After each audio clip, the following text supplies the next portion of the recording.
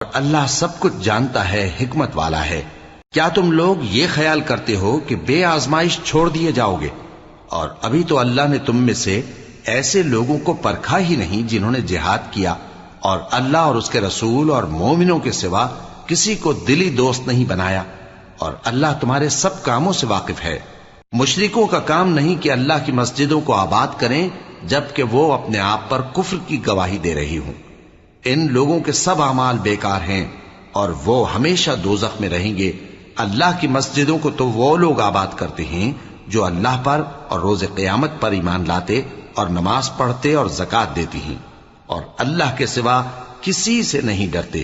یہی لوگ امید ہے کہ ہدایت یافتہ لوگوں میں سے ہوں۔ کیا تم نے حاجیوں کو پانی پلانا اور مسجد حرام یعنی خانہ کعبہ کو آباد کرنا اس شخص کے اعمال جیسا خیال کیا ہے جو اللہ اور روز آخر پر ایمان رکھتا ہے اور اللہ کی راہ میں